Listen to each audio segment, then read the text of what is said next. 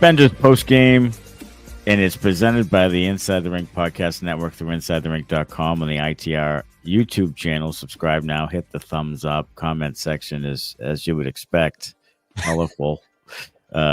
Later on, we'll do some Benders banter. We're gonna have 3 downs, maybe 6 downs. There won't be any ups. How many guys are on the roster? Delicious ships. There's 20, what do they 22? play?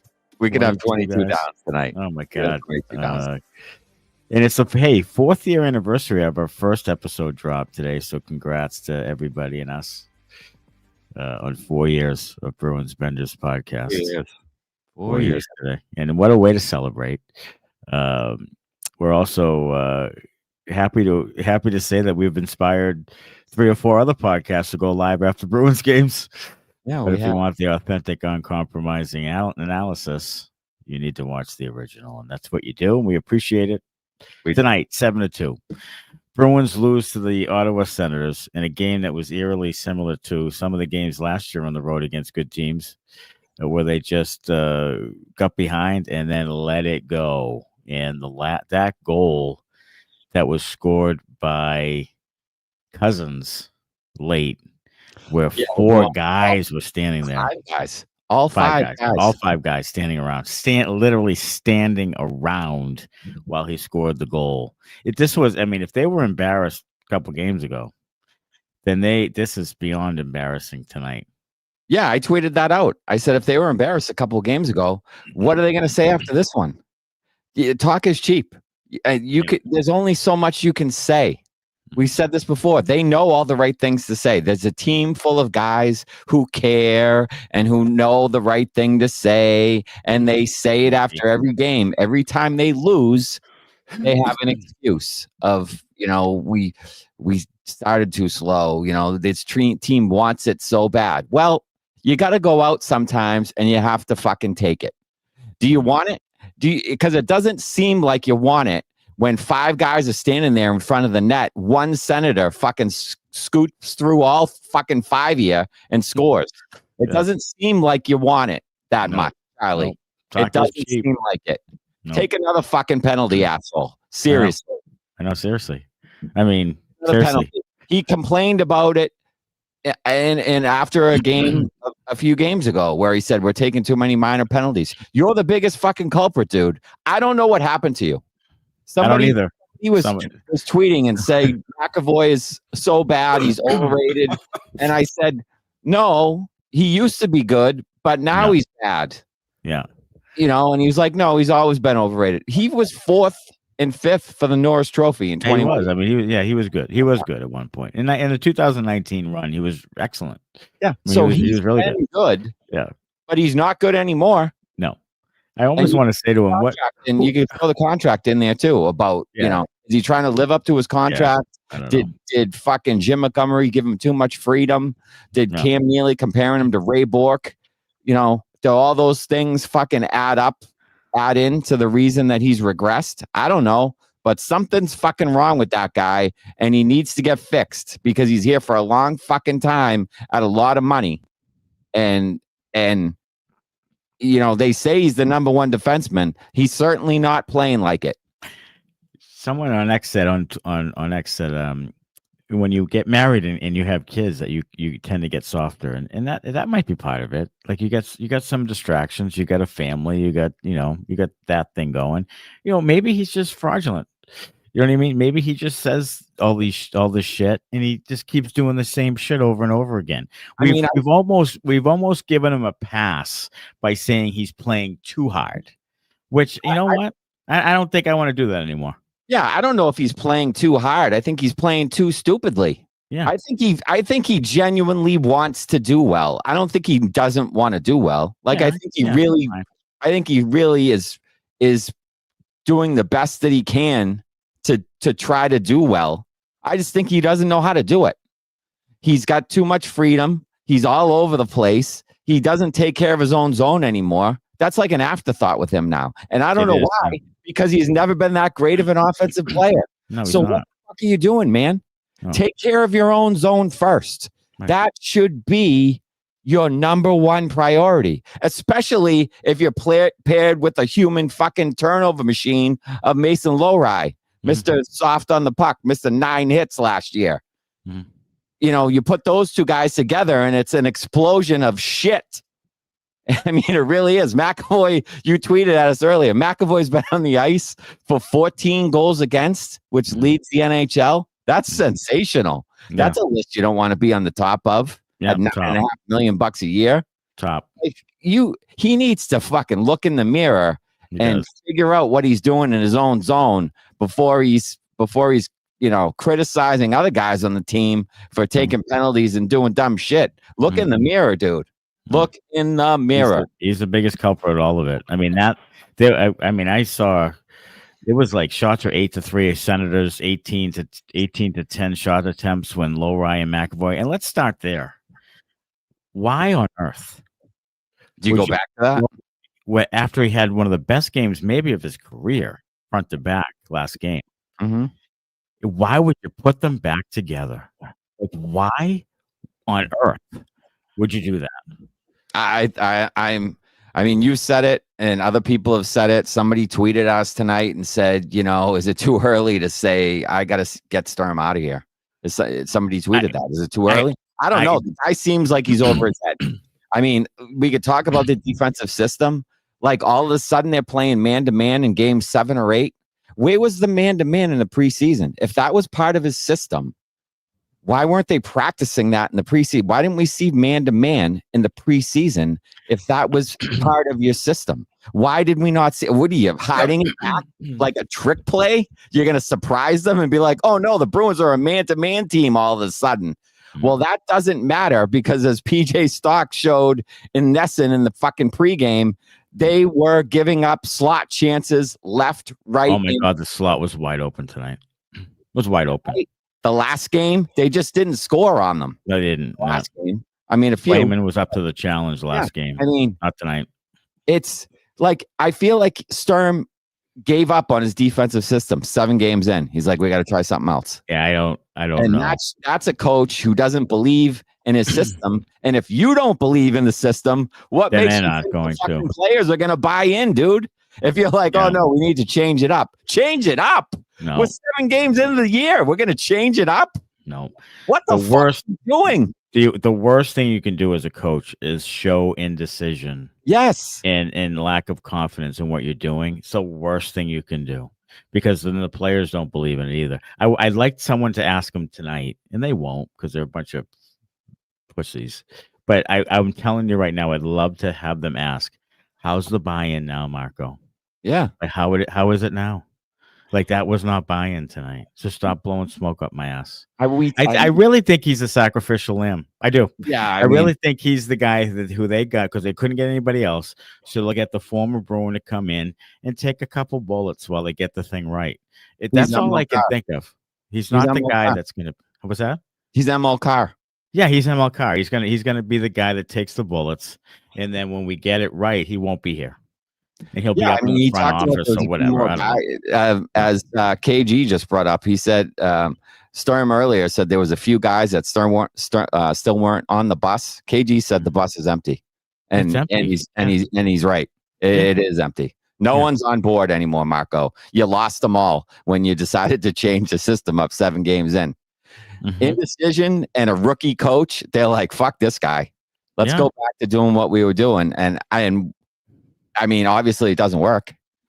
It doesn't. Look, they've lost 7 of 8, and the game they won, they were severely outplayed. Yes. Like if you look at the numbers after that game, you're like, how the hell did they win that game? All of the games that they've won, they've gotten really good goaltending. Yes. Really good goaltending. Yes. The defense hasn't been good in front of the goalies. The goalies have been good. And that's the only games. That's the only reason that they've won these games. They're still giving up too many high danger chances. They're still giving up too many shots. They still can't get the puck out of their own zone. They still don't have a good breakout. They still dump the puck in instead of trying to play offense. They still suck 5-on-5. They still don't forecheck. They still don't have any vinegar. I tell you what they do have is a bunch of piss. They piss do. on the leg, piss in the corner, piss all over each other, whatever it is. It's It's piss poor is what it is. Right. Watching this fucking team play night after night. I think it's unfair to say, like, look, we know the roster is very much not where it needs to be, and it's almost unfair to the players to say, okay, every night you're going to go out and play this way and do this and give everything you have for 82 games so that you can even remotely have a chance to win, and then to blame the players when every once in a while they lay an egg. It's like, this team isn't good enough anyway. Like, it's just not good enough. Yeah. So now we're expecting way too much from a team. Look, the 3-0 start was fool's gold. Oh yeah. And I said it after game 3. Like I said, they're still not making the fucking playoffs, folks. And here we are at 4-7. They've lost 7 of 8. Like, they're not making the playoffs. So right now, I don't. But the issue though is Jeannot for 5 years, Jokiharju for 3 years, Sean Corrali. I felt was on. I think he was on the ice for all 4 power play goals, and 3 of them were scored in like 10 seconds. Like, he is a shell of his former self. How about the goal where he's behind the red line? He kind of whiffs it, but it gets to Lohrei. Then Lohrei is dusting it off. I don't know what the fuck he's doing with it. Then he tries to throw it back to Corrali, and Corrali, it's there underneath him, and he doesn't even hit it. He doesn't even touch it, and it ends up in the slot goal. You know. Here's what I'll say about Sean Corrali, and this is something coming from me. Okay, Curls. Okay. I would rather have John Beecher. I would rather have John Beecher playing than Corrali. I would. 100%. Here's the other thing. John Beecher is a faster version of Sean Corrali. Yes. At this point in his career, yes. That is better on the faceoffs. Yes. They both suck offensively. They do. They both don't hit. Beach can penalty kill and skate. Beecher can win faceoffs, and he's fast. Right. So he can penalty kill a little bit. How about this? I would rather have Johnny Beecher playing fourth line center than Sean Corrali. How about this? How about this crock of shit? Today they play Husnudinov because of the speed factor. Yeah, but they take out the other speed guy. To put him in. Yeah, like. Hey, it's matchup based, Matthew. It's matchup based. What? So you kept in a 33-year-old guy who barely skates. It's about the 14th forward. Those guys make a difference in games like this. Don't you know? What on earth? I mean, someone asked, why is Husnudinov in now? Well, because he skates fast. But you take in the other, probably the fastest skater you have. Yeah. Straight line in Beecher. Yeah. Does that make any fucking sense? Oh, it sure doesn't. That doesn't make any sense at all. No, it doesn't. You know what was really telling? It's like 4-1 third period, and Kastelic goes hard to the net, and someone like hits him high, like after the whistle. Yeah, he did nothing. He didn't do a GD thing. No, he didn't go back at him. And usually Kastelic won't take that, and he'll take a penalty or he'll rip a guy's helmet off or whatever. Like, he'll get pissed. Kastelic stood there, and they zoomed in on Kastelic, and he just had this face. Like, that's it. I mean, that was it. We talked about it. We've talked about it. You know, we talked about the buy-in and how they're fighting and they're scrappy underdog team. But what's going to happen when you lose 7 of 8? Yeah, because you can't do that. Are you still going to be the scrappy comeback team? Hockey. It's are you still going to be the scrappy comeback team? No. There's going to be many more games like this one because that shit wears on you. Mm-hmm. After a while, you're going to realize our roster isn't that good. Mm-hmm. We can come back all we want and still lose 1-goal games. That doesn't do us any good. That doesn't do us any good.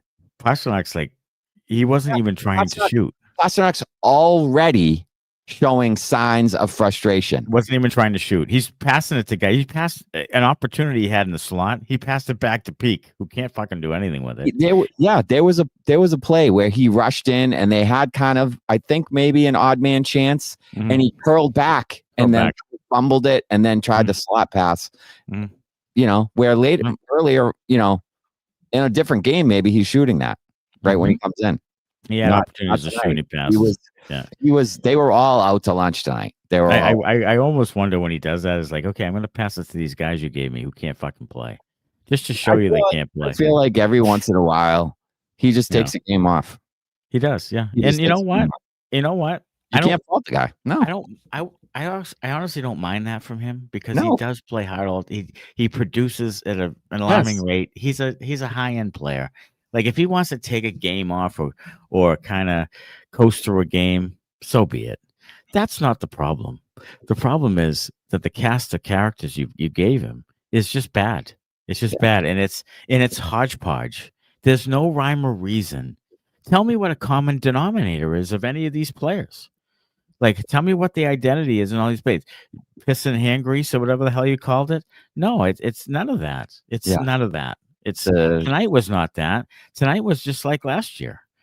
Tonight was the same sort of shit. Yeah, the common denominator is they're all fourth line guys that can't play. That can't play. And it catches up to you. Like Cole Koepke last year. Like you thought 2 weeks in, like, Jesus, this guy's gonna score 25 goals. Then he didn't score for like 5 months. Yeah. Like he's just, they don't sustain. So I'm gonna say it again.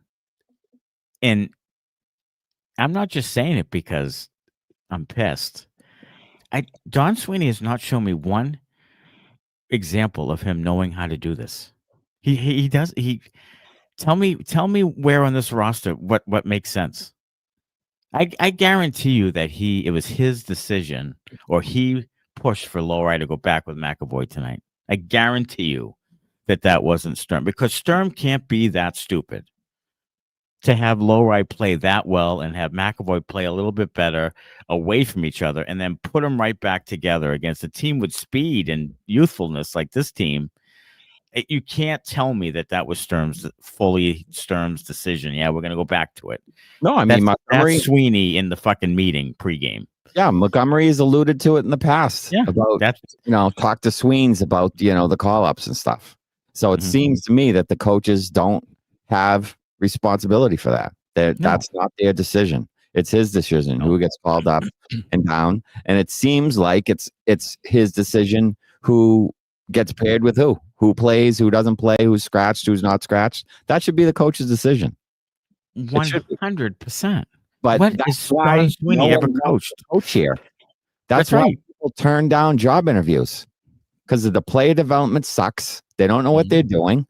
And you got the general manager dipping his fucking toes in every 2 minutes, telling you how to do your fucking job. Yeah. And he doesn't know what he's doing. Do your own fucking job, Sweeney. No. That. Yeah. Try building a fucking roster one time that actually works. Let's try that on for size before you start trying to do a coach's job too. Let's do one job at a time. See if we can get one job right before we fuck up 2 jobs. Because now you fucked up the whole thing. How do they determine when he does Team Canada and when he does Boston Bruins? Like, does he do Team Canada like Thursday afternoon and Monday morning, or he was in the building because he was fucking scouting for Team Canada up there? Probably. So he was building to watch this fucking shit live. Yeah, they made a really good point on the broadcast about it was before Razor and Stock actually made it. I think about Team USA and McAvoy. Like, it's a big year for McAvoy. Because if he wants to play, Team USA and all this stuff, it's a big year for him. He's going to play high-level hockey in the Olympics and all that stuff. Like, this was a pretty big year. If he's going to play like a complete turd, then, would you want him on Team USA? You know what? I hate to say this, but I think he plays better in those international competitions because he keeps it simpler, because there's more good players around him. When there's more good players around him, I feel like he doesn't have to. He's not trying to do everything, because I can pass it to, Jack Eichel and have him do it. Right. Or I can just set the tone, like the hit that he had on McDavid in 4 Nations. Like, he can do that. That's what he should get back to with the Bruins, but he can't. He just can't bring himself to do it because he's surrounded by goofs. He can pass it to Zach Werenski and he won't fucking fumble it. Right. He's passing it to Mark Kastelic, who can't catch a pass, but is here for 3 more years. Or he's passing it to John Beecher, or he's passing it to, who's Nadinov, or, I mean, He's passing it to someone, and he passes hard. Like you've watched him pass. Like he's a hard tape-to-tape passer. He is. They can't handle it. Can't receive the passes. Now he's a culprit too, because I've never seen a defenseman fumble the fucking more than him. Oh no. You know, other than maybe Arvidsson when he's trying to shoot. Like how many times that guy snap a stick? I feel like his stick is too long or something. I feel like he can't feel the puck. Like it's just like it slides off his stick. He goes to shoot. He finally hit the net in the third period, like late. Like, can you hit the net? Like he is no threat from the point at all. Power play, 5-on-5, whatever. He's no threat from there because he'll miss the net constantly. Yes. Or he puts it in someone's shin pads. They almost scored. Yeah, he had a 3-on-1. Putting it in someone's shin pads. Yeah. I mean, look, the only question now is, I mean, how quickly do they make a trade? Like, do they expedite the Zacha thing? I mean, we heard the rumors to Vancouver, and they're trying to get a first-round pick and a blue-chip prospect and all that. I mean, I'm kind of torn on it. I would. Here's the other thing. Like, Zacha is one of the guys who plays the style that you kind of want the team to play. Like we said before. Like now you're gonna trade the guy. Connor wants to chime in. While you're touching on the Zacha thing, we talked in our text chat, and Tom Willander, I think, is one of the players that Smitty mentioned, and he is being called up by the Vancouver Canucks. Oh, so that makes you wonder. Yeah. And also, Brick talked with Sturm just now post game, and Sturm said, "Are you going to buy in or not? That's right there. That's the difference." And then he continued on and said, "Ottawa's bought in, and we are not." Well, I mean, buying into what, Marco? Buying into what? Like, defensive system that the team's supposed to buy into. Right. Are we playing man-to-man? Are we playing zone? Are we playing a hybrid? Are we playing a super secret probationary system that only shows up every 2 or 3 games? And then we change something else? Are we playing Wheel of Fortune with our fucking system? Are we just spinning the fucking wheel like the Price is Right? And, you know, whichever one we land on, we'll play that tonight. Oh, it's 2-2-1 tonight, boys. Let's go out and get them. Oh, we're playing man-to-man tonight, boys. Let's fucking nail them down. Yeah, woo! I have a hard time with it because you're teaching a new system for a team that's not really that talented, and you have very little practice time. And now you're blaming the players for not buying in or having a dud like tonight or whatever. You're trying to get something out of them that they're not capable of. So that's part of it. Like, yeah, you don't want to be embarrassed like it was tonight. You want to see a little bit more fight. But they have fought some of these games, and now maybe tonight is just like we're hitting the wall because it's not working, and now we're not quite sure if it's going to work. So I think it's a little deeper than just you got to buy in because you're right. What does that mean? Yeah. I mean, it is deeper than that. And yeah, look, you're a first-year coach who seems to be waffling on what you want. So if you aren't decisive, the players aren't going to buy in. They're not going to respect what you're doing. You are an AHL coach. You're coming up here. You have to earn their respect. You can't just expect them to give it to you. And then the other problem is, do the players fit the system that you're trying to play? And that's not on him. That's on the general. Well, that's the thing too. Like, when did you hire the guy? Yeah. So, and you already made some moves, like. Yeah, but and then the other part of it too, you're keeping all the same assistants that you've had here forever. Yeah, so what are those guys teaching? Do those guys believe in Sturm's system or not? Or do they believe in the system for the last 2 guys that were here before you? That's a valid point. Is it a hybrid of Cassidy, Montgomery, Sacco, and Sturm? 100% we have 4 different guys' voices that assistant coaches are trying to teach. Like, what the fuck are we doing here? Yeah. When a new coach comes in, he should be able to hire his own fucking guys. Yes. And they all be together. You're coaching. What the system is and what they want to teach. You can't coach with Cassidy, then with Montgomery. And all these other clowns that have been around forever. You know, we've talked about it a million times. Clear the fucking decks, man. Clear them. Get everybody the fuck out of here. Scouting, general manager, president, everybody. Get them out.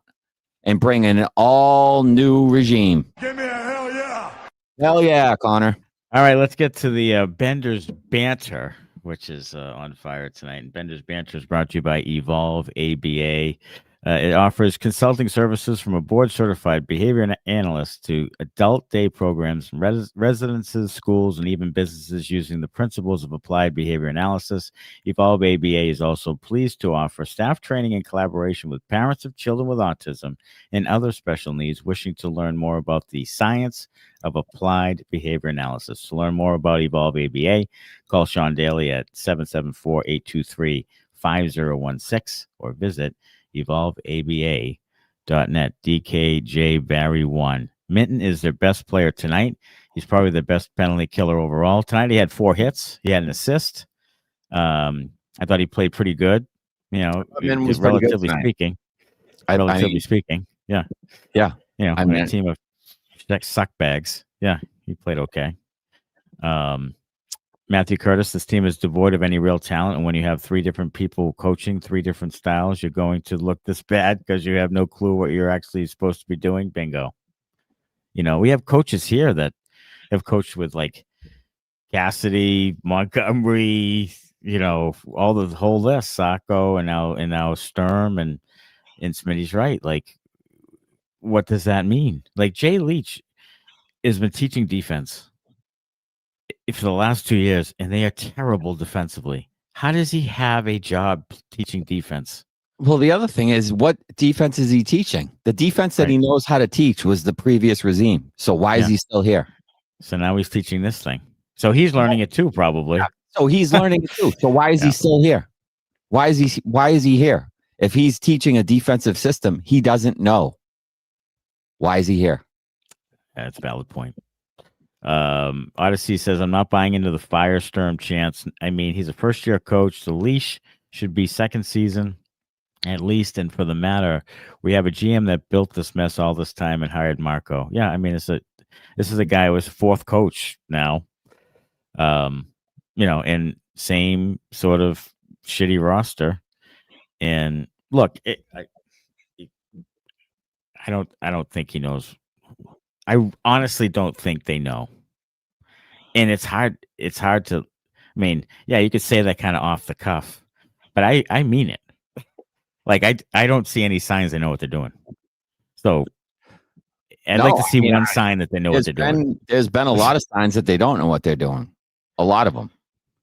From the drafts of, you know, the quote about them, you know, being up on stage and, you know, not really prepared to make another pick because they thought they were going to trade it for another guy. Like, it seems like there's been a lot of times where they've been a little bit in over their head. Yeah. And they don't really know what they're doing. And they were gifted a really good core. Yes. That, you know, he was able to kind of supplement because people wanted to play with those guys. Correct. It wasn't because of him. It wasn't. Correct. He didn't have anything. You can say all you want about the trades he made and blah blah blah. Taylor Hall forced his way here. We did. Forced his way here. And other veteran guys were like, "Yeah, we want to come to Boston." We heard about the culture. We heard about Chara. We heard about Bergeron. We heard about Marchand. We heard about that room. Pastrnak's a great player. You know, McAvoy's an up and coming defenseman. We heard all this good stuff about that team. That's not Sweeney. Doesn't have anything to fucking do about that. No, nothing.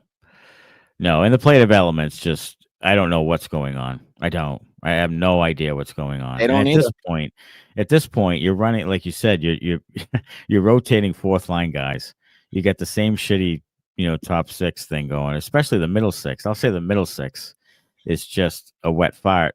And then you got a Providence team that's 6-0. Like, and look, I'm not saying that those guys are good enough or ready or whatever, but these guys right here aren't anything special.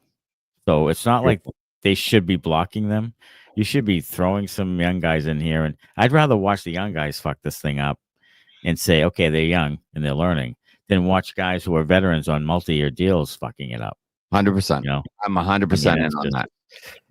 Matthew Curtis, I noticed Husadinov a lot tonight. He's definitely buying into the structure. He is. He has to stop getting his pocket picked. You know, that's one thing. But yes, I mean, he's noticeable because he's fast and he's shifty and he's quick and but he has not look at he has not produced much of anything. He's played like 90 NHL games and he has like 8 goals or something. Like he just doesn't finish. He's everything but he's Dmitry Karvoltalnov. Like he's everything but the fucking money shot at the end. Like he's just heads need a roll this week, at least fire Leach or Kelly or complete a trade. Odyssey says flopping Stutzel. Can't respect that kid. He's probably a soccer talent. I'd take Tim Stutzel in a heartbeat. I'd trade 15 guys for that guy. I would trade. He's a talented dude on the team, with the exception of Pastrnak. Pro. Stutzler, yeah. Stutzler, Batherson. I mean, it's a bunch of guys. The Pinto, take them all. Their forward group is. Kachuk is out. Kachuk is out. Like when Kachuk is in there, like Kachuk was out tonight. He's out. And they lost 7-2. You would have lost 8-0 and probably hurt yourself a couple of times. Yeah, and you probably would get their ass beat. Yeah. Shaz Diet says, I am not a fan of whatever system Sturm seems to be trying to instill. It's not working, dude. Yeah. Odyssey says, Leach, on the other hand, shouldn't have that much of a leash. Again, what fucking organization hires a coach, but don't let him pick his guys? Yeah, it's called then for Sweeney to almost be surprised that guy. Can you imagine if Mitch Love was the coach of this hockey club? Can you imagine that? Like, if they hired him, oh my God, what a disaster. Thank God they didn't hire that guy. But and he seems surprised that guys won't interview. Like he was literally stunned because he thought they were an original 6 in history and tradition and they all these guys are going to want to interview, and guys were backing out of interviews for this job. So you had to hire a first-year NHL coach, and you hired your own kind, as you usually do. Mm-hmm. And it's just to me, it's just the arrogance that you thought other guys would want this job. Nobody wants this job. So if you were to fire Sturm, let's say you fired Sturm mid-season, like it was a complete disaster and Sturm was being defiant and you had to fire him, who are you going to get? It's going to be Jay Leach for the rest of the year. It's going to be Jay Leach or it's going to be Mujanel. Yeah, in your head. He's going to bring up those provinces. Ass, like right here. Oh, God. Their heads are already up their ass. Oh, my God. I mean, way, way up there. Bricktop says this is the worst they've looked all season. Even the losses, they had some fight and kept them close for the most part. This is bullshit dereliction of duty. This was like last year, and that's concerning. It's all of those things. All of those things. Body language looks bad. Yeah, loafing to the bench. Everyone taking on that mopey Charlie Mack face. Yeah, doesn't he have that? I know. If I was not a Bruins fan, I want to punch Charlie McAvoy in the face. Honestly. I mean, that's fucking. I mean, look, I've been a McAvoy defender more than you. Oh my God, you love McAvoy. Yes, I do. Yes. I used to love the guy. I did. I used to love him, and I would defend him. But there's no real defending him anymore. And I'll tell you what. Sometimes I want to punch him in the face now. I'll be honest with you. This super thin on right defense. Yeah. But it was brought up tonight by Beantown Bruins. I don't know if he's watching tonight, but he was on X and he said, you know, do I sound stupid thinking that maybe they consider trading McAvoy? No. And I wonder if McAvoy's part of the problem. He is right now. Yeah, for sure. Yeah. For sure he is. There's only so much you can defend the guy. Really. Yeah. I mean, you can't find him a defensive partner. Like, whose fault is that? It's almost like Swayman needed what the hell is his name? Mark? No, the forward. Lauko. Oh, Lauko. Jacob Lauko is fucking best butt around, you know, so that they could hug each other and be kumbaya, sing kumbaya and be all happy. Does Charlie McAvoy really need Mac Grzelcyk that much? I know. He's the only guy who's really had a decent. That's the only guy who's ever been able to play with McAvoy. Yep. The only one. Yes, Connor. KG with a comment with the McAvoy conversation. If you were to waive him right now, does anybody pick him up with his $9.5 million a year? Oh yeah, he's gone immediately. Yeah, I think they pick him up if they have. Yeah, someone who has room, like a team like Chicago, like some of those younger teams. Oh my God, they pick him up. San Jose, Chicago, any of those teams with a bunch of cap room, Anaheim, right defensemen too are not easy to find. No. Usually the good defensemen are all lefty. And the rest of the league, because he plays 25 minutes a night. Like the rest of the league still considers him like a top 25. And I honestly think if he went to a really good team with good players, I think he'd be better. I do. 100%. I think he would be better. It might be time for him to find a change of scenery type of thing. It might be. If he's that frustrated, then could be. Yeah, I wonder if that's like I know he's been bad down there too, but I wonder if it's like a Adam Fox, Charlie McAvoy swap, because both have been shitty, you could have one of those. You could have one of those. You swap two top defensemen who are struggling. Good.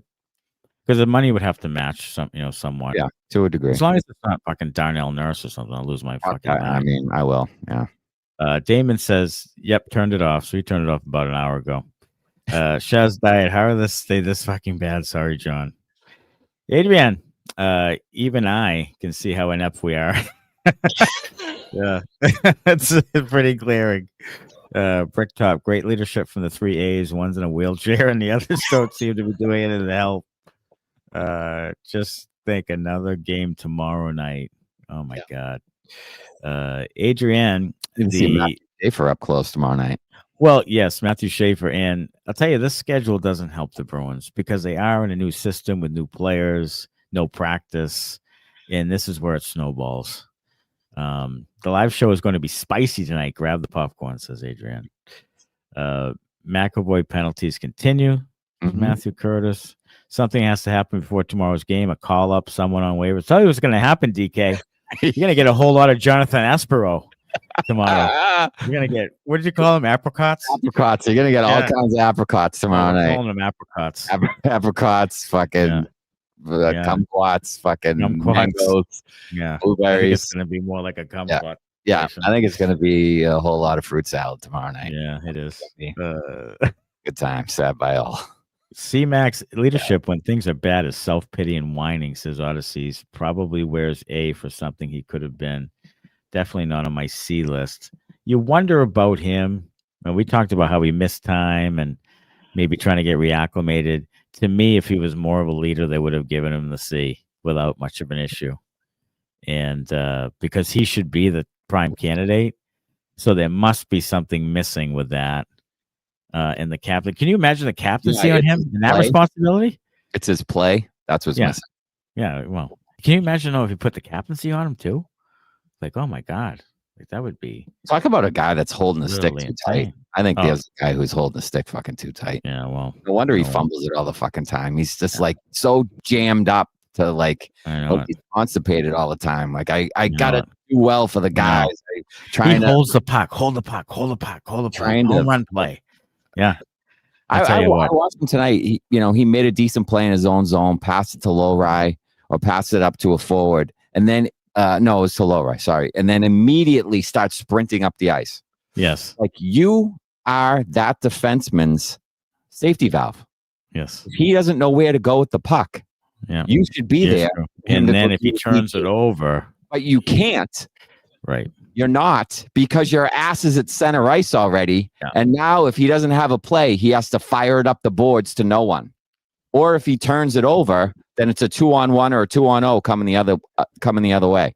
It happens to him all the time because he's so eager to pretend to be Cale Makar and get his ass up ice, or Bobby Orr or Ray Bork. It's about the offensive thing. It's about, because he hears he needs to be better offensively.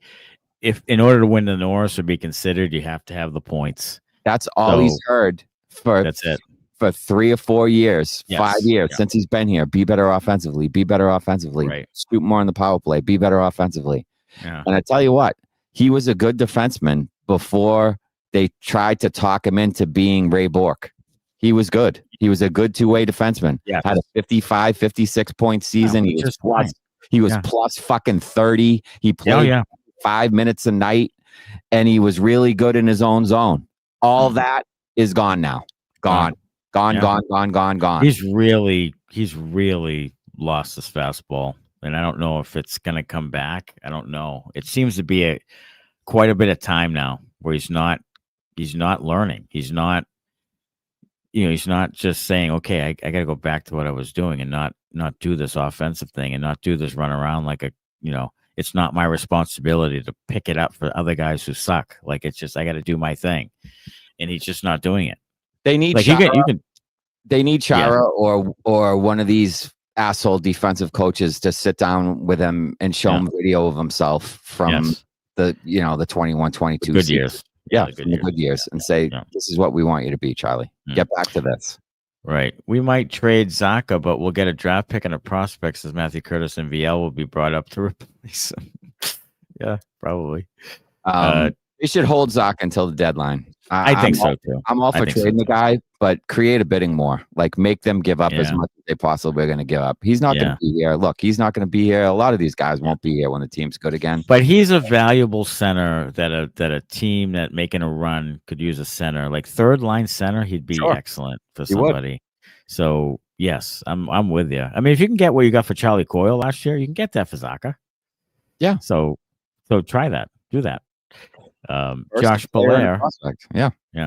Josh Belair, bad D zone exits for sure. Too many penalties, and the Peeke was awful. It was. Oh my God. They gave up 3 lightning quick goals on the Peeke. They're as inconsistent as my golf game, says Josh. Severed soul. We the fans need to say, fuck you guys. This is unacceptable play. Well, Charlie Jacobs told you that's not happening. You guys are gullible enough and dumb enough to go to the games and spend the money. And that's what's going to happen. See this game is bad. The one thing they weren't doing this year was letting losing games become shitstorms, and now here's this one looking like a Swayman road game from last year. That's the thing about Swayman, is that you could tell he checked out.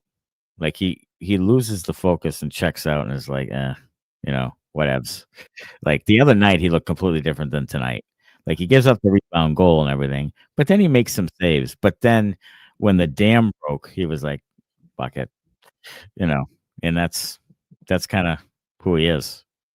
He's a front runner. He's a front runner.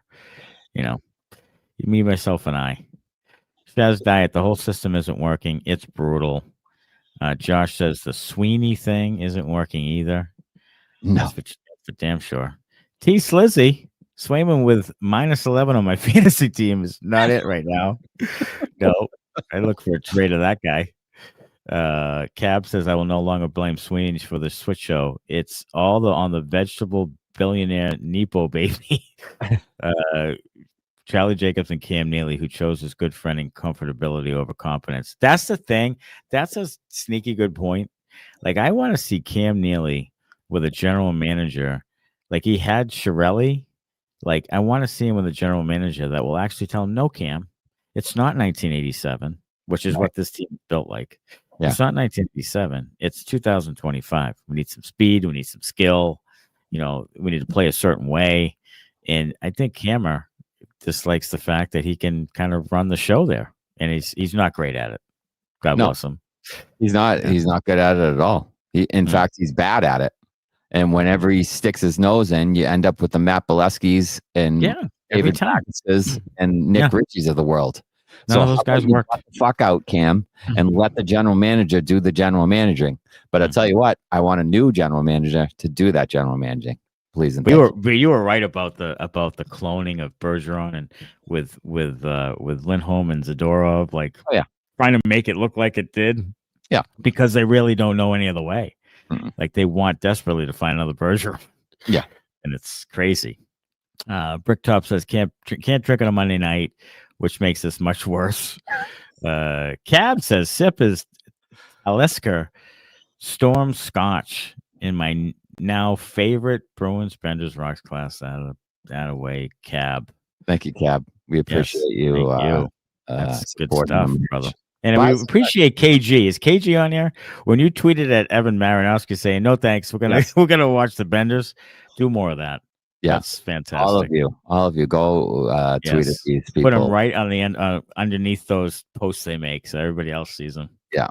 Fire Sweeney says severed soul. I'm with you. Yeah. Odyssey says that he's a totally new human being from that beating. Can't really tell if you're human or you devolved back to a tetrapod, you kumbaya loving. Oh God! Jeremy Swayman is a whole new human being. Yeah. He's a whole new human being. Whole new. Yeah. Jeremy Swayman. Thanks, Jeremy Swayman. Yeah. He's doing really well right now. He feels great. He's feeling excellent. Yeah, he's feeling great. If you're going to tank you, might as well develop the kids, says Jason Lorado. That's a solid point. Josh Belair says, between last year and now the start of this season, it's getting hard to even eat. Dan Maynard, I'm about to go on the Tower of Terror at Disneyland. Even this is less terrifying than the future of this team. You are 100% correct, Daniel. Oh my God, careful out there. I would rather ride the Tower of Terror than watch this. Oh my God, this is a Tower of Terror. This is terrifying. Watching Sean Corelli play hockey is terrifying in its own right. Shaz Diet. At his wit's end. So am I, Shaz Diet. Yeah, at his wit's end with this team, I can't invest my time and energy yet again to another shit team. Mr. Weeze 24, welcome. Bob Beers, there were turnover issues. Thanks, Sherlock. It's called defense. Yeah, I think so, Bobby. Beersy. I'll tell you what, there was one point at the end of the game, toward the end of the game, where Judge Surratt was talking about, kind of like last year, this is kind of what happened. And, and Brick he didn't say anything. It was crickets. Like you would think he would jump in with something. Nothing. No. Like nothing. So that means he's pissed because he can't say anything. He doesn't say what he wants to say. You can't say what he wants to. That's what you come here for. That's right. We'll say it, Brick. We'll say it for you, Brick. Odysseys, and what a miserable coach's challenge on RV's goal. Save your breath. Oh, God. I think they were saying on the broadcast that was actually the league that was actually called down on that. Wow. The league challenged, not the Senators. Right. They didn't want the Bruins to score. Yeah, I don't know. Maybe they had the over under on that thing or something. I don't know. Oh, there's Beantown Bruins. This team fucking blows. No way anyone on this team is safe. No fucking way. Asmic, we win when we put Mac and Zaddy together. So Sturm decides to split them up again. Make it make sense. I can't. It was the first thing I saw when he was in that pairings early on today. I'm like, are you serious? Like, go ahead, Connor. Do you remember when we used to make fun of Monty for fucking shuffling the lines every 5 seconds? Oh, yeah. And now we got this clown. Yeah. Because it's not Monty, and it's not Sturm, and it's not Sacco, and it's not you, and it's not me. It's Don Sweeney, who's putting the friggin' lineups together. It is. It has to be. Yeah, I think that's why Sturm makes comments about it, because it's like an indirect, like, screw you. Let me put the lineup out there, and Sweeney is having a say. He is. You can't be that dumb as a coach. No, all these coaches are just mangling the lines. I think that they're all not doing that. That's coming from above, right? Andy Cornholder, McAvoy also had water bottle full of literal piss. Welcome, Andy. Yeah, it's true. It's sterile, and I like the taste. Sterile, yeah, it's actually healthy, right? Sean Michael, soften the puck and lighten the loafers. Yeah, I mean that's what they were today. Yeah. Nat Pat. I hate this team more than any other in my 36 years of watching the Bruins. This team has no interest in having a successful season. Put the fucking prospects on the ice. It's going to happen at some point. I think there's going to be another exodus at the trade deadline, if not slightly before. Here's what I think. Here's what I think about putting the kids out there. I think when the Bruins are officially eliminated from playoff contention, you will see the kids. Yes. I don't think you put. I honestly don't think you put the kids in this group right now with this bag of bolts. Like, I just don't think you do that because they just come into this awful vibe. Like, I would rather bring them kind of all up together after you wiped out some more guys and kind of let it be their team kind of thing for the last 2 months. Yeah, and see what you got. And I think they should do that, and I also think that they should keep them down there all year long, and let them maybe have some success together winning the fucking Calder Cup. Yeah. Like, let them have develop some chemistry with Patrick Brown and Joey Abate. Yeah. Let's fucking go. Yeah, put Alex Steves out there. Yeah. They should play the kids. They should play the kids, and they should give them all chance to see what we have with them. Yeah, I mean, you have to, because you got to figure out what you have and what little you have right now. I mean, the real talent that you might have is like 2 or 3 years away. So, and Hagens is probably going to play so deeply in the season, you're not going to see him this year at all in any level, because your season is going to end April 12th or whatever it is. Like, he's not going to have enough time to play professional hockey this year. Well, he might. BC's, yeah, but they finished like a week before that, like the regular season, or the hockey's tournament rather. Right. If the P Bruins have a deep run, he would be able to go and join. He'd be able to go there for the deep run. Right. Yeah. Asmick, it's not a coaching problem. Sweeney's got to go. Zach Case, our guys aren't fast enough to play man to man. Ottawa had 18 shots from the slot. It felt like it did feel like that, and that's the thing I'm talking about. Like, again, when Monty was here, you try to play a certain style that he didn't really coach well, and with all these guys who couldn't play his style, and now you've got trying to do this thing man to man with guys like Sean Corelli trying to chase guys around the ice. There's so many times when teams just rag the puck around, and the Bruins have very few of those. Like, when they get a chance, it's usually pretty much 10 to 15 seconds after they enter the zone, and then they're out again. Like, they have very little cycle in the offensive zone. Almost no cycle. Almost what are no. They 30 what are they? What do you say? They were 27th in offensive zone time and second in the league in neutral zone time. I mean, that tells you everything you need to know. Our guys aren't fast enough to play. Okay, that was just a Cinderella man. Excellent, important loss. This one was only $2 Canadian, though. Yeah, the tank is on, and I love the fact that Cinderella man keeps giving us money. Yeah, he's like my new best friend. Are we going to charge for comments? Jesus, we'd make $1 gazillion tonight. Yeah. We'd never do that. We have a roster problem, Hasmick, which is a reflection of a Sweeney problem. Not much a coach can do with these ingredients, and the fact that they probably can't coach 100% too. So, but you might be onto something with the ML card thing, the taking a bullet thing. You might be onto something. I don't know why Sturm would want to do that, in his coaching career, but maybe that's something to it. Like, let's hire this guy, and then Sturm is not the guy. If they gave him, a little handshake promise, though, look, the first season is going to be real rough. We have a collection of suck bags that are going to struggle mightily. Hope we're going to tank, but on the down low, ride it out for a season, and then next year, and I'm sure this was part of their plan, which is a stupid plan, because we all know that all the free agents are going to re-sign with their own teams, but they had this pie in the sky thought that one of these guys, the Jack Eichel or Connor McDavid, was going to shake free, and for some fucking unknown magical reason, they were going to come and want to play for the Boston Bruins after they're an original 6. Yeah, after you put together 2 of the worst seasons in team history.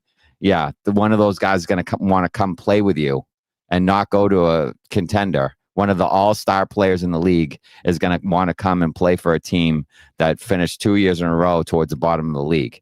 But maybe they sold Sturm on that. Look, we'll have a couple of good draft picks. We'll sign one of these big-name free agents, put them with Pastrnak, and boom, we're right back to it.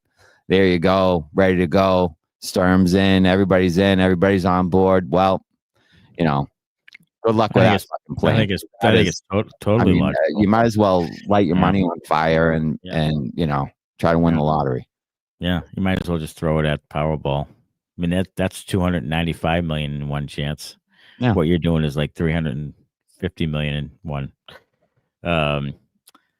Sean Michael, over under on Sturm pocket pool session before season's end, pulling old Monty.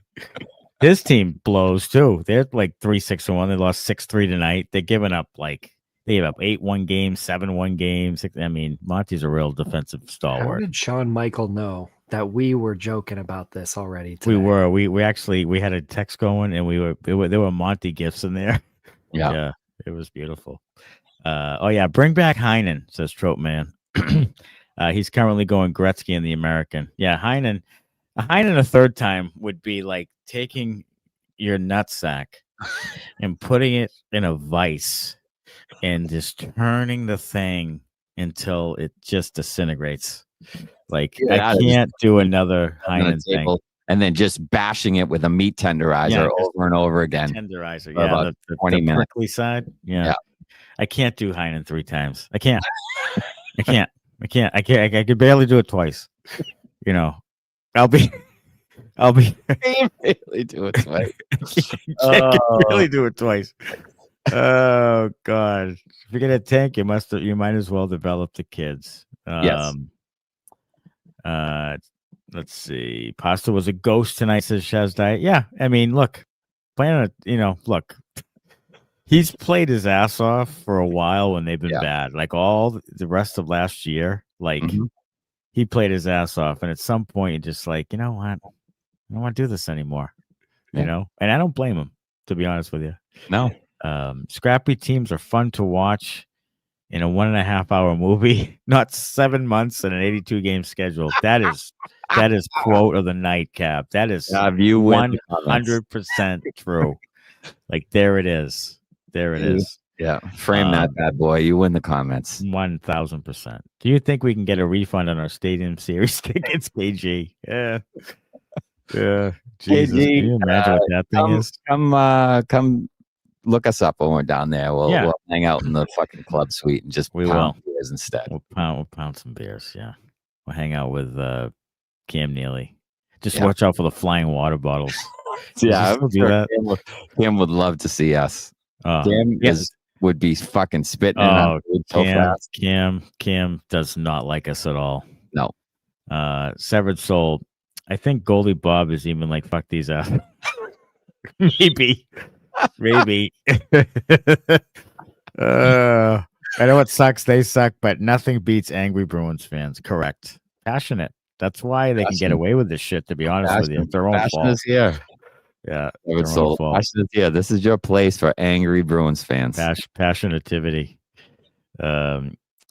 Stack haste. It won't matter the system. Buying in is losing 4-3 instead of 7-2, and the team knows it. They know they suck no matter what. And that's the thing. Like after a while, if you're not winning, why am I busting my ass every night to lose? Right. And giving everything I have. It's 82 games. I mean, it's professional hockey. It's not the high school season where you play 18 games and you give it your all, Tommy. This is not what that is. I mean, he's a grown man making big money. I talked about it the other night. Like, it's a fun ragtag, underdog group to root for. And they're coming back now. They're coming back. The first few games they're coming back. But when you get into game 40 at game 50, are they still going to have the will to do that? Unlikely.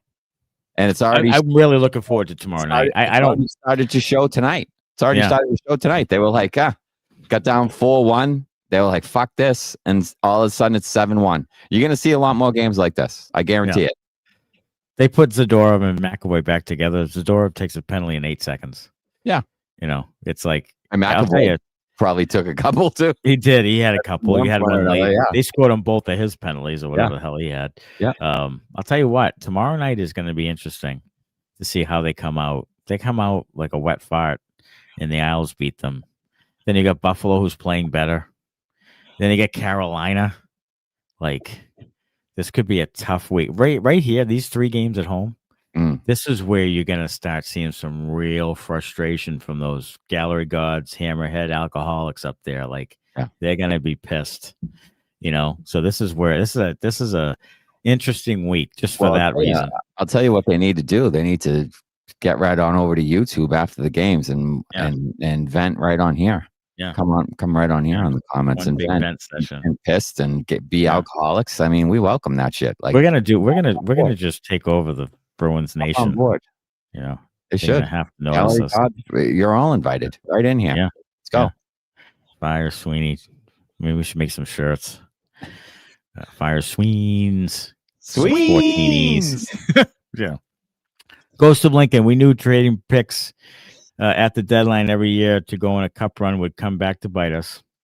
Also hid the fact that this regime can't develop players. Need a brass that knows what they're doing when we have numerous draft picks next year. That's the other thing. Gonna have 4 first-round picks these next 2 years, possibly. And maybe another one if Zacha gets traded. Like, you could have 5 or 6 in the next 2 years. Like, who you want picking those? Who do you want developing those? We've talked about it before. Not these guys. Not these guys. Not these guys. Somebody else. Somebody else do the development, please. It's that case. McAvoy to San Jose for Misa. Yeah, I would do that. I would do that. 100%. I would do that right now. I would do it.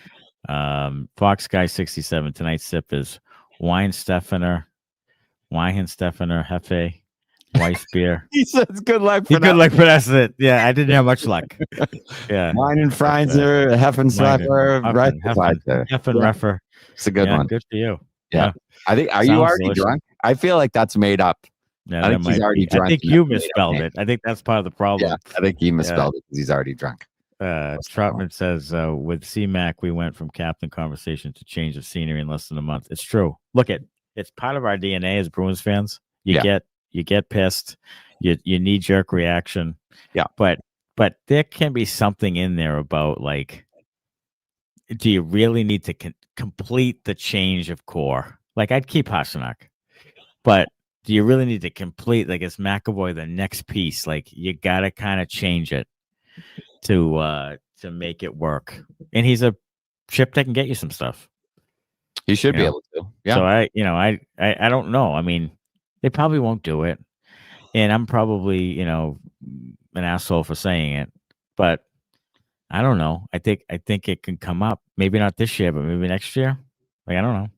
Yeah, I mean, I mean, Bruins fans in general are reactionary. I'm certainly reactionary. Yeah. God, yeah. And it's the whole essence of the show. Fly out fucking handle from time to time. But look, he's been bad now going on a couple of years, and it doesn't seem to be changing.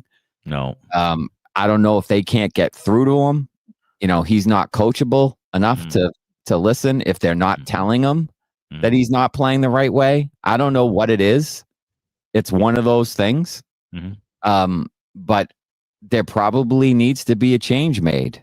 If they can't get through to him to change the way he plays, then there needs to be a change. And if it's a change of scenery thing, like, an Adam Fox, to make the money work, then I think, that's something that's doable. Or if it's, like someone brought up, Misa and a pick or something from McAvoy or whatever, maybe it's something like that. But I think something needs to happen probably sooner rather than later. Because, like I said before, by the time this team's good, very few of these guys are going to be here.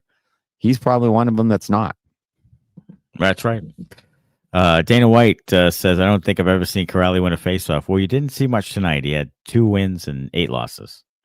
Yeah. So, that's probably true. Rob Spector. What is worse, getting your scrote caught in your zipper or watching 5 Bruins standing around Senator with their dicks in their hands scoring a goal? Hey, if they're in their hands, let's get the zipper right on those too. Like that was interesting. I mean, there's a still shot that someone, I don't know if it was you or it was Connor, was sent it in the text. There's a still shot of the 5 Bruins, and Cousins is like over to the left of the goalie. Yeah. And I'm like, the Senators score on that play. Like, it was they scored on that play. Ridiculous. And Cousins had all the time in the world. Like, he was wide open. Like, no one touched him. That's insane. That's insane. Fox guy said, did anyone see McAvoy in the power play skate to center ice with the puck and spin around for no reason and pass the play? Yeah, see, here's the thing. And I meant to mention this, so thanks, Fox guy. Like, they've been scouted. So they're waiting. Ottawa lagged the guy behind. So that he may not have, intercepted it, but it made them think and hesitate to throw it back to the guy. And they did it like 3 or 4 times where you were like hesitated, like, oh, can I throw it back? Because this guy's lurking. And I think teams are going to start doing that. Like, we have a guy behind a little bit. They don't vary their entry. They're doing the same entry over and over again. So everybody knows it's coming. So I mean, in previous games when they didn't have their heads up their asses collectively, he faked that and then he took the puck forward and they had like a 3-on-2 because the penalty killing team had a guy up ice trying to either steal that pass or break up the play. So when they're awake and they're not half asleep and going through the motions, they're smart enough to play off that and counterattack it kind of and get a good entry and maybe have an offensive chance. But tonight they were fast asleep, and same old shit. There it is. Liam Perkins says, "Go ahead." I just said not enough urgency on the podcast. No, at all. No, and we'll talk about another guy in just a second on the next comment. But this one's from Liam. We're all pissed, boys, rightly so. But happy 4-year anniversary, Benders, and one step closer to McKenna. Hopefully. Thank you, Liam. Thank you, Liam. We do appreciate that. What was it? Yesterday?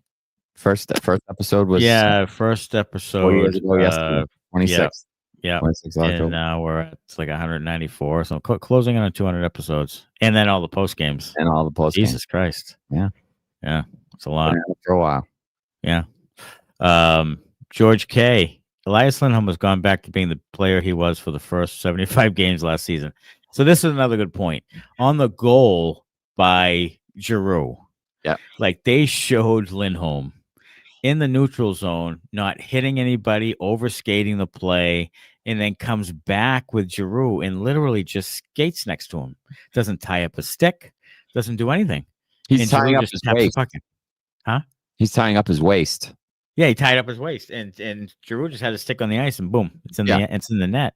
The stick was around his waist, not tying up his stick. That's supposed to be a guy that's a good, like a really good high level defensive center. And that was horseshit. Like, that was bad.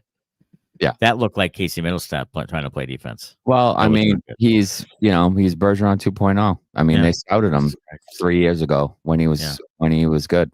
Yeah. So he played with high-level players. Yeah, so we paid him like a 1C for that. Oh, my Christ almighty. I mean, that contract is just – it's amazing. Pastrnak and Geekie are doing all this stuff with Lindholm doing nothing. Like, literally doing nothing offensively.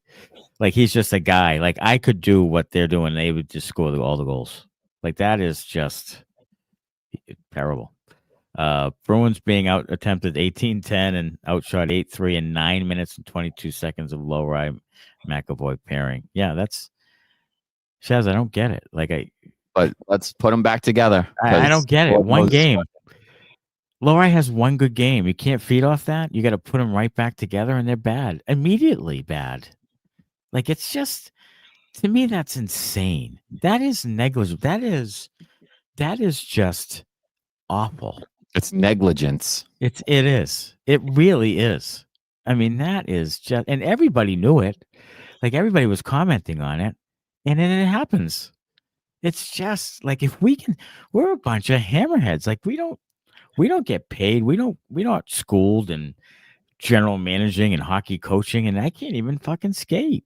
No, we're a couple of blowhards on the internet. But I knew that. I feel like we know. I feel like we know better than they do, which is. I feel like if we brought Connor with us to do the salary cap, because I can't do fucking any of that. No, I can't do math. But I'll tell you what, evaluating players and finding an identity and saying, "Hey, this is what we want to be." I think we could do a pretty good job. I really do. I agree with you. I really do. What's worse than having Sean Corrali on your hockey team? Reacquiring him a second time. This Fox guy for 2 years. 2-year deal. Yes, of Sean. My God. But tell you what, he loves Boston. He does, Curls. Yeah, he does. He loves Boston, and when Boston called, damn it, Curls. He was excited about it. And I tell you what, I think these are the reason. These type of things, these type of comments are the reason that Sweeney gives these guys multi-year deals. I honestly believe. I do. They buy into the family thing and the Boston thing. We love Boston. Can't wait to be back. Yeah, loved it before. Sean will give you an extra year, 2 years. Do everything in my power. Say hi to the dog and the family for me. And Sweeney just eats it up. He just eats it up. He's like, oh my God, these guys love being Bruins. Yeah. They're going to give their sweat and tears and break their legs for the Bruins. And he turns out he can't play. And you gave him 2 years. Congratulations, Donald. You gave him 2 years. Yeah. Smartest That's man. what I'm saying. Smartest man in the room. I looked at next year's salary cap projections, and it's Poitras an RFA, and like Peeke is a UFA. Everybody else is basically back if you want them back. Like, the whole team is under contract, essentially. Like, are you kidding me? Like, why is the whole team? This should be like 10 guys, UFAs. This should be 10 guys ready to go. But the whole team is under contract. So you have to make moves to change the makeup of the team and define roles for your younger guys. Because again, next year, they're essentially blocked until you do something. Yeah, that's insane to me. That's another thing, and we haven't really touched on that, but it's a part of it too. No one has a role. Like no one knows a role. No one knows their role because they move up and down the lineup too much. Mm-hmm. They don't know already. 11 games. What are you supposed to be like, Tanner? Like, what's your role in the team? Is it to be the vinegar and the piss? Well, you're not living up to that. It's out there to protect Fraser Minton. Well, he can protect himself. So what are you on the team for? Isn't here for tonight's game? Isn't this one of the roles he has? When you're getting ass stomped, you go beat a guy to death. Like, isn't that what he's here for? It's supposed to be. They had zero pushback tonight. Oh my God, it was insane. In the lineup, he wasn't there. He wasn't there to beat the bag out of you when you beat the bag out of someone else. Like, he wasn't there. So why did the Bruins not have any pushback at all? Man. Like, that's what we were sold. A false bill of fucking goods. Nothing. We got nothing. That was not piss and vinegar. This is not what they sold you. Yeah. Wasn't even a big hit. Nothing. No. We got zero physicality tonight. They sold you a bill of goods. This is not what this is. It's not what this is. The Clevin Montempalo pairing they have, the third pair, is the top 5-on-5 D pair in the league, in the NHL, is Clevin Montempalo. You have Yoki Haru and Michael Callahan. Let's talk about them for a second. That was atrocious. Like, that was awful. Like, a game or two in, Callahan's solid. He keeps it simple. Well, tonight, he gets exposed. Like, you can only play him for a game or two. He absolutely blew chunks tonight. Yoki Haru is awful. Like, I'd rather have Connor Clifton back, making the same money. I would rather watch Connor Clifton go run around like an asshole and play well for like a 2-week stretch than watch Yoki Haru. He is terrible. He doesn't give you anything. He has no elite skill. What does he do? He's not big.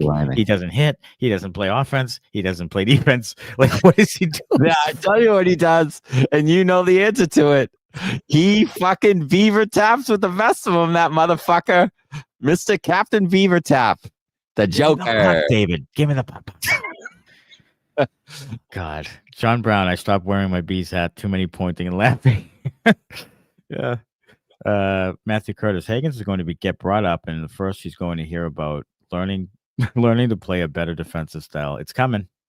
Go fuck yourself, Neely and Sweeney. It's coming.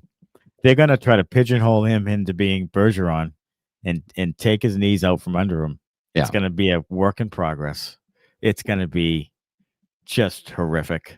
I can't You wonder why none of the offensive players they've drafted have shown offensive flashes at the NHL level. And part of the reason is because they're trying to force everyone to be the best 200-foot player.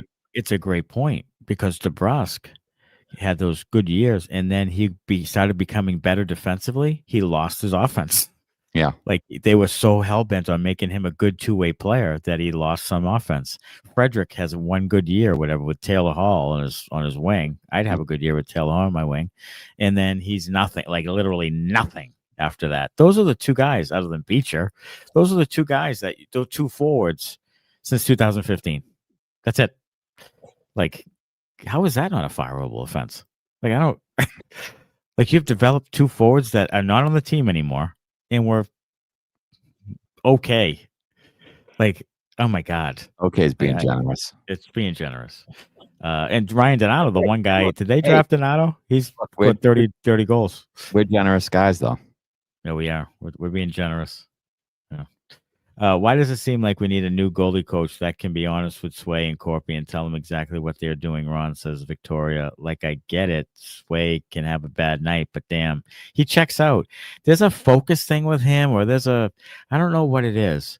Like, I think he's kind of a fraud. I think he's kind of a bull. Remember the bulldog thing? I mean, there's no bulldog in this guy.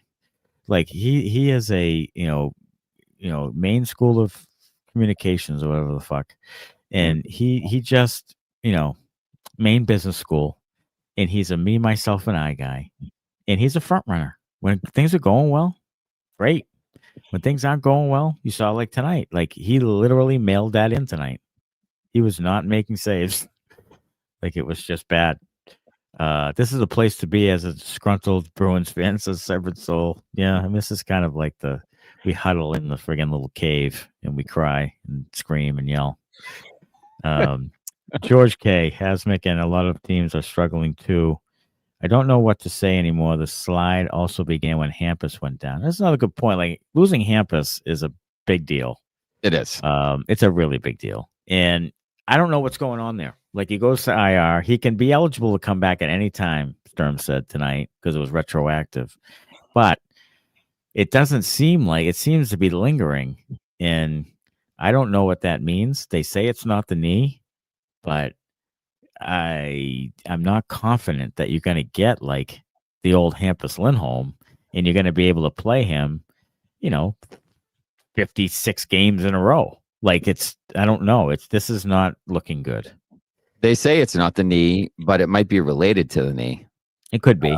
Like we've said, like there might be an area around the knee that's not strong enough, or you might tweak it, or you might have been overcompensating and skating differently that tweaks something else that causes. Look, Kevin Miller was never the same after he had the similar injury. Never the same. Yeah. Never the same. And he played a different style of game. He was a more in your face, rough and tumble, blocking shots guy, whatever. Hampus needs to be able to skate. He needs to be able to move. High level. And that's more his game. Mm-hmm. I don't know if he has a lower body injury that lingers. He's not a guy. That's trouble. That's trouble. I mean, you're already thin at defense, and I just have to say this because I decided I'm calling people out. So tonight on X, Jimmy Murphy says that all those people who were talking about the Bruins' defensive depth, but what do you say now? Whatever. I'm like, who the hell would ever think that they had defensive depth coming into the season? I mean, we talked about them being very thin on defense. If they get a couple injuries, they're screwed. Like, who would say that? Like, I don't even know who would say that because this is as weak as they've been at the blue line in a few years. Like a few years. Like, they're pretty thin, especially in the right side. My God. Fox Guy says, no, it's the world's oldest brewery. 98% score on the Beer Advocate, not made up. Circa 1910. Wow, Fox. Jesus. Circa 1040. What? Circa 1040. Like the year 1040? They were making beer in 1040. It's brewed in Bavaria, Germany. And yes, I am drunk. I chugged a beer every time Swayman didn't move as the puck was by. Well, you're fucking hammered. You're gonna be in the hospital. So you're blackout drunk right now. Yeah. I mean, that's 1040. Wow. We recommend it. It's quite a while ago. It's the best way to watch the Bruins. Blacked out drunk. Yeah. 1040. That's even before Harry Senden. But do it responsibly, please. Yes, please. Matthew Curtis, over under Sweeney and Neely emergency press conference before or after Thanksgiving. I don't think they'll have a press conference. I think they will probably try to avoid at all costs talking. Everybody. How about the sneaky little during the Patriots game? We'll put Hampus on IR. We'll put him on IR during the Pats game. The Bruins are really good. They're really good at when the focus is on another team in this town of slipping some news out when everybody's paying attention to something else. They do. You're not getting news until Sunday. And I tell you, it really pisses me off. It does. Because transparency and the accountability thing has always been a thing with me. And the fact that they're trying to get news out when people aren't paying attention because they they're saying we're being transparent, but it's really to hide it. Shows a lack of transparency and a lack of accountability in my eyes. And I hate it. I think it sucks. And I think they should do better. I think it's, I say this all the time. Like, I think if you're honest with your fans, yes, and say, here's like a 3-year plan, they're not gonna like get rid of the season tickets. There's a waiting list. Like, so they're gonna see it through for at least a couple more years. Like, you're not gonna lose a bunch of people, and you're gonna be transparent, and they're gonna root for the underdog, and they're gonna watch the young guys, and they're gonna get it. Sports fans get it. You had a good run for a long time. Don't do that thing. Don't bullshit me. Like, I hate that. Like, in everyday life, I hate bullshit. I hate it. Like, stop it. Like, honestly, that's cut the it thing out. The most about it. Yeah, cut it out. Like, I love that tweet you had tonight. Sturm puts Lohrei and McAvoy back together. Cut it out. Oh, Jesus. Balkan has turned Brazeau into a superstar. That was another thing about Brazeau. Justin Brazeau is not helping this team. I don't give a shit what he scored. I don't care. Like, he's not helping this team. The last thing they need is another guy who can't skate. Like, for God's sakes. He's playing with Gino Malkin, for Christ's sake. That's what I was going to say. This team doesn't have a Gino Malkin on it. No. Doesn't have a Gino Ariema. Doesn't have Gino's Pizza. Papa or Gino's cheesesteaks. Yeah, or Papa Gino. You have Carl's cheesesteak. Did I tell you that? You had a Carl's? You finally went to Carl's? I finally went to Carl's. It is fucking outstanding. Oh, it was so. Oh my God! Isn't it the best thing you ever taken? Oh my Lord! So Carl's good. Steakhouse, Carl's Steak and Steak Subs in Waltham is like notorious for being like top in Boston Magazine all the time. Top steak and cheese in Boston. That whole thing, Oh, Phantom Gourmet, everything. Carl's Steak Subs. Oh my God! Little hole in the wall on Prospect Street in Waltham. Yeah. But man, like you can barely squeeze in there. Like there's no room. None. And you get your sub and you devour that thing. It is delicious. It is. I ate the whole thing in about 5 minutes. Oh my God. Wolfed it down. And they definitely mean it. It wasn't a paid advertisement. Yeah, I mean it. I mean, Jesus. Kyle, sponsor us, fuck's sake. Yeah, sponsor us. Anybody I would do it. I honestly would do it for free steak and cheese. Right. I would. I think there's only a couple people on here from Massachusetts anyway, but if you're near Waltham, Kyle is. Galush is. He's in Quincy. Go to Waltham. Go to Kyle's. Jesus. It's worth it. It really is worth the trip. It really is. All right, so that'll do it for this post game. Another great net of comments. It is the one silver lining when they're bad is that everybody gets passionate. Yeah. And everybody joins us, so that's nice. We're gonna do it again tomorrow night. Yeah. I mean, grab the Isles. Yeah. The Islanders at TD Garden. That's a 7:15 start, I guess. And we'll have the post game. It's fucking NHL Fantastic Frenzy or whatever tomorrow. Yeah, that's what it is. They stagger the games because everybody's playing 3 up, 3 down. There you go. I love how everybody knows the agenda but me. 3 up, 3 down. You were ready to fucking cut and run. You're like, where I was. 3 up, 3 down. Up number 3 up. Up. We're giving ups out. We're gonna give an up out. Kyle subs 3, 2, 1. Kyle sub 3. Folsom Eddie's in Waltham number 2, and Fraser Mitten gets number 1. Yeah, Fraser Mitten. Give it a Fraser. He was okay. Yeah, he was fine. And he's a young kid. We need to pump the young kids up. They need to play more. So we'll give it to him. 3 down. 3. Charlie McAvoy. No, we'll make Charlie McAvoy 1.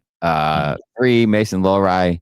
2. Sean Corrali. 1. Charlie McAvoy. I mean, Corrali. I texted these guys. I was like, "Is it me or is Corrali legitimately useless right now?" Yeah. Like, I don't know why he's you playing. texted like 2-3 games ago, and you're like, "God, Corrali is slow." Oh, he looks washed. He just looks washed. He does. And they have so many other options. He's played every game.